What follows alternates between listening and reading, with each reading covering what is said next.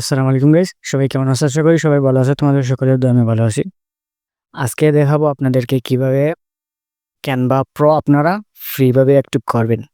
আমাদের যে Canva আছে সেই Canva-টা অনেক সময় যে Pro থাকার কারণে আমরা অনেক সময় কি করতে পারি না, আমাদের যে Pro ইফেক্টস গুলা রয়েছে, Pro টেমপ্লেট গুলা রয়েছে সেই টেমপ্লেট গুলো আমরা ইউজ করতে পারি না। তো আজকে দেখাবো কিভাবে Canva Pro আপনারা ফ্রি ওপেন করবেন, অর্থাৎ ফ্রি ওপেন হয়ে যাওয়ার পর এই জায়গার মধ্যে সার্চ বক্সে আপনাদেরকে ফার্স্ট অফ অল কি করতে হবে, অক্সাম লিখে সার্চ করতে হবে।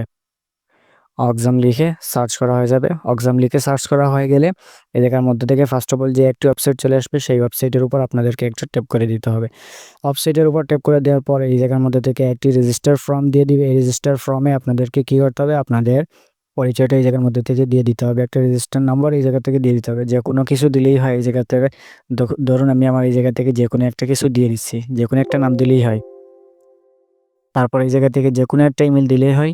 জায়গার মধ্যে সবকিছু দেওয়া হয়ে গেলে রেজিস্টারের উপর সিম্পলি একটা ট্যাপ করে দিবেন। রেজিস্টারের উপর সিম্পলি এই জায়গার মধ্যে থেকে ট্যাপ করে দেওয়া হয়ে গেলে এই জায়গার মধ্যে থেকে দুটি অপশন দেখতে পারবেন। ফার্স্ট অফ অল একটা লেখা আছে ক্লিক হেয়ার টু আর্কাইভ, মানে ChatGPT।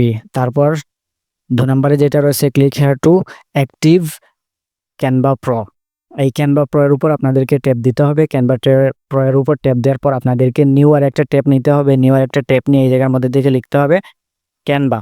Canva লিখার পর এই জায়গার মধ্যে থেকে কি করবেন, Canva-টা কি করবেন, এই জায়গার মধ্যে থেকে ওপেন করে নেবেন। Canva-টা ওপেন করে নেওয়ার পর এই জায়গা থেকে যে লগইন বারটি রয়েছে এই লগইন বারের উপর একটা ট্যাপ দিবেন। তারপর এই জায়গা থেকে কন্টিনিউ উইথ ইমেইল যে একটা অপশন রয়েছে এই কন্টিনিউ উইথ ইমেইলটা সিলেক্ট করবেন। সিলেক্ট করা হয়ে গেলে আবার আপনারা এই জায়গার মধ্যে চলে আসবেন। চলে আসার পর এই জায়গার মধ্যে থেকে যে ইমেলটা রয়েছে এই ইমেলটা এই জায়গার মধ্যে থেকে সিম্পলি কপি করবেন। কপি করার হয়ে গেলে এই জায়গার মধ্যে থেকে এসে এটা পেস্ট করে দিবেন। তারপর এই জায়গা থেকে এটা কন্টিনিউ করে দিবেন।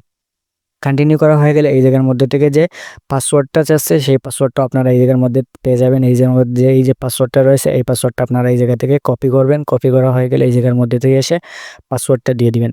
পাসওয়ার্ডটা দেওয়া হয়ে গেলে এই জায়গার মধ্যে থেকে লগইনের উপর একটা সিম্পলি ট্যাপ করে দিবেন। তো এই জায়গার মধ্যে থেকে অনেক সময় কি করে, এই যে পাসওয়ার্ডটা রয়েছে এই পাসওয়ার্ডটা অনেক সময় নেয় না। তো এই পাসওয়ার্ডটা না নিলে এই জায়গার মধ্যে থেকে কি করবেন, আপনারা এই জায়গার মধ্যে থেকে অ্যানাদার যে একটি অপশন রয়েছে যে লগইন উইথ কোড ইনস্ট্যান্ট, এটার উপর ট্যাপ দিবেন। এটার উপর ট্যাপ দিলে এই জায়গার মধ্যে থেকে আর একটা আপনারা নিচে লিঙ্ক পেয়ে যাবেন। এই জায়গার মধ্যে থেকে আপনারা ট্যাপ দিবেন।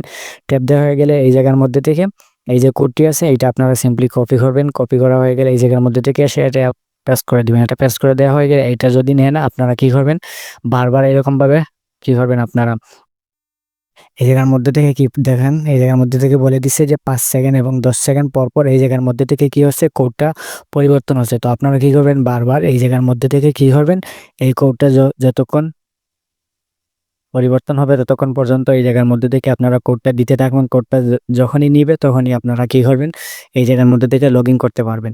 এই জায়গার মধ্যে অনেক সময় নেটওয়ার্কের প্রবলেম হয়, আপনারা রিট্রাই করবেন, সবসময় ট্রাই করবেন। ট্রাই করা হয়ে গেলে কখনো হয়ে যাবে এইটা অ্যাক্টিভ। আমি এই জায়গার মধ্যে থেকে কিন্তু এইটা অ্যাক্টিভ করছি, আশা করি আপনারাও পারবেন। আর যদি না পারেন তাহলে অবশ্যই কমেন্ট করবেন, আমি পরে আবারও এটা নিয়ে একটা ভিডিও আপনাদেরকে মেক করে দিব। দেখা হবে পরবর্তীতে নতুন কোনো ভিডিওতে। আপনারা সবাই ভালো থাকবেন, সুস্থ থাকবেন, আল্লাহ হাফিজ।